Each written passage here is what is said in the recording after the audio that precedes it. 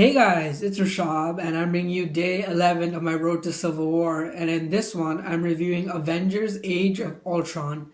So, Avengers Age of Ultron was directed by Joss Whedon and stars the whole cast of the first Avengers movie, while also adding James Spader as Ultron, Elizabeth Olsen as Scarlet Witch, and Aaron Jason Taylor as Quicksilver.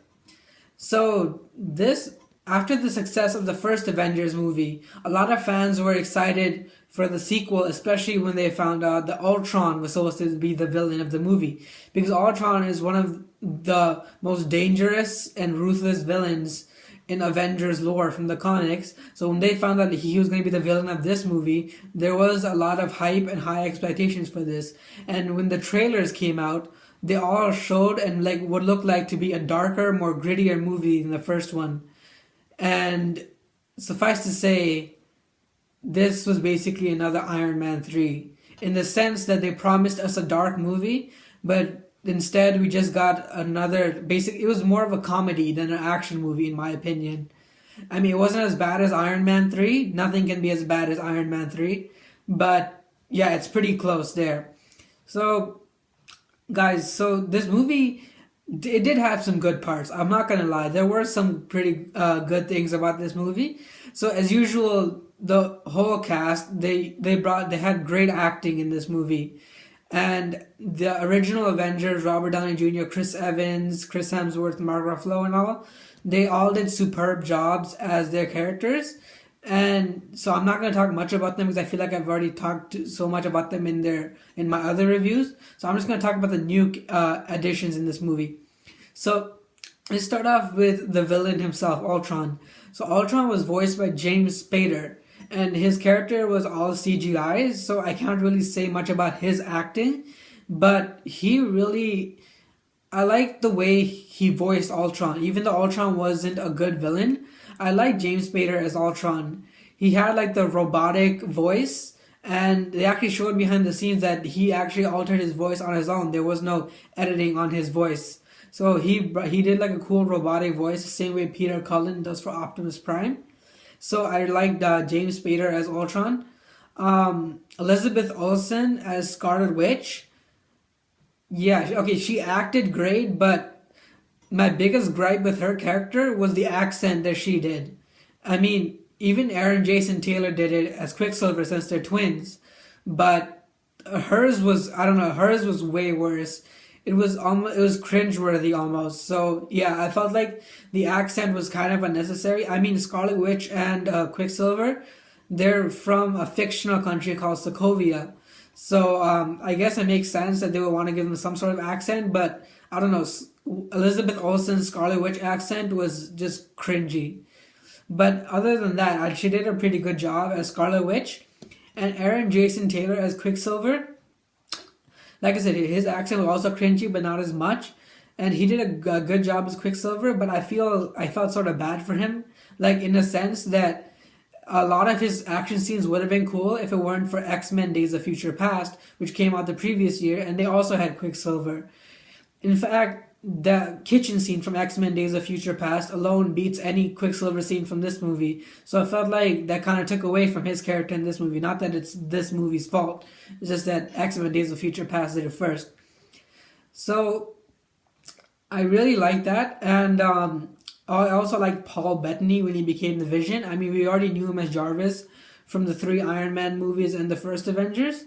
And even for like a part of this movie, he was a Jarvis, but we didn't really get to see his acting until the Vision. And I gotta say, he was pretty cool as the Vision. The Vision is probably my favorite character from this movie, and because the Vision is like almost like this omnipotent, like wise character who's not too arrogant like certain people in this universe, but at the same time he knows what needs to be done and he won't stop at any cost. Like as soon as he comes to life, he says, "Okay, listen, I've been a part of Ultron, and I know what he's planning. So we need to take him down, every single one of him. We can't afford to make any mistakes, right?" So he's basically like giving commands, I guess.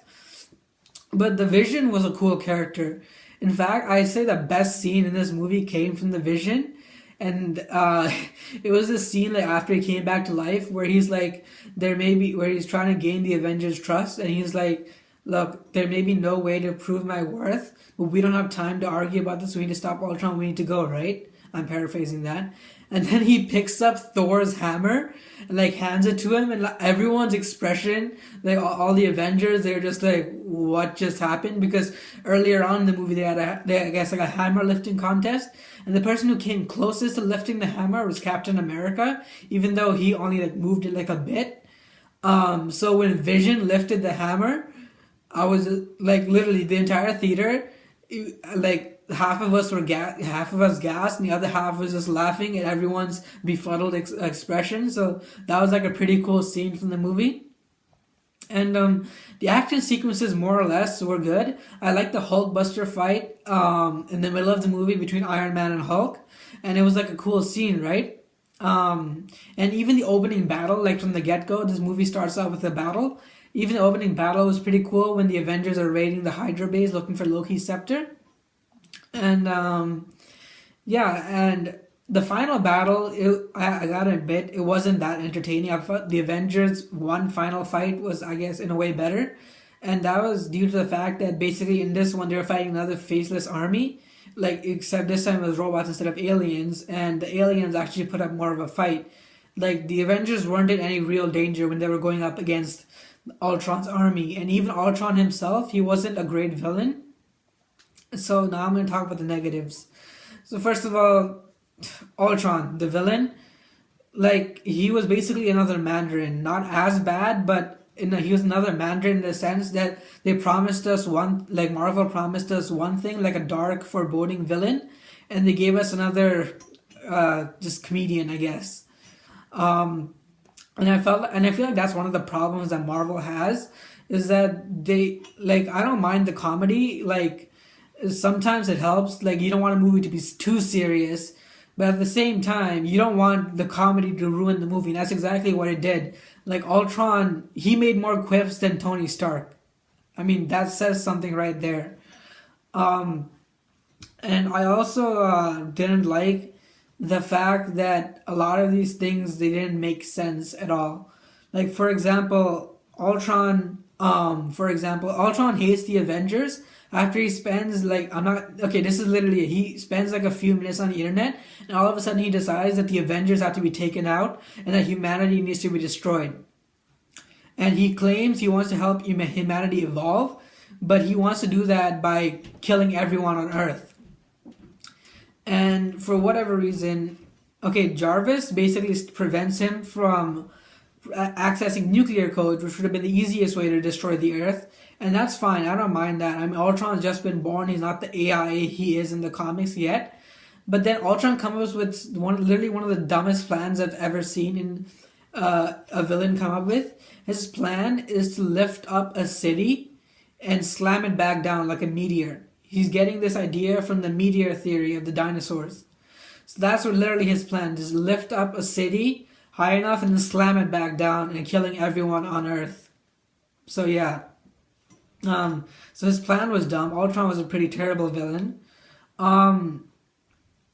Yeah, I also didn't like the romance between Black Widow and Hulk because I felt like it was rushed and I don't know, it didn't make sense at all. Like, I felt like their romance also took away from the movie. And another problem I have with this movie was that most of this movie is actually set up for other Marvel movies. So, like, for example, like during the Wakanda fight when Scarlet Witch is messing with all their minds, like she gives Thor this vision, and basically his vision is set up for Thor Ragnarok, and literally part of the movie is spent with Thor trying to figure out what that vision meant, right? And yeah, I felt like that also took away from the movie, and yeah, the story wasn't that good, to be honest. This movie was also poorly titled. The Age of Ultron, I guess they were doing it based off the Age of Ultron comic, but Age of Ultron is a poor word because Ultron, this movie takes place in the span of, I'd say, a week. And a week is not an age. Ultron wasn't even there for most of the week. So I felt like this movie was also poorly titled. I don't know if that's like a bad part about it, but um, yeah, and I also didn't like the fact that the helicarrier just showed up out of nowhere at the end. Like they don't even explain how Nick Fury gets it. He just says, "Oh, I just talked to some old friends and I got it over here." And which is funny because Nick Fury left to get help the night before, so he managed to find his old friends, find a helicarrier, and fly it all the way across the world just when the Avengers needed it most. So I felt like that was just an excuse for the Avengers not to let people die. Um, in this movie because Cap was basically saying, "Look, we can't bring." I mean, Iron Man was like, "We can't bring the city down without killing people on Earth." Down there, so he was like, I'm gonna need to blow this rock if you guys can get cleared." And Cap's like, "No, we're not leaving anyone behind, right?" So I felt like the helicarriers just sort of solved the problem, and I felt like, okay, that would have been a moment that I guess would have given some points to the movie where the Avengers have to make a hard choice, but then the helicarriers show up and it basically takes away the choice. So I actually want to see in a future movie where the Avengers are forced to make a tough decision, like uh, do the lives of the many outweigh the needs of the few.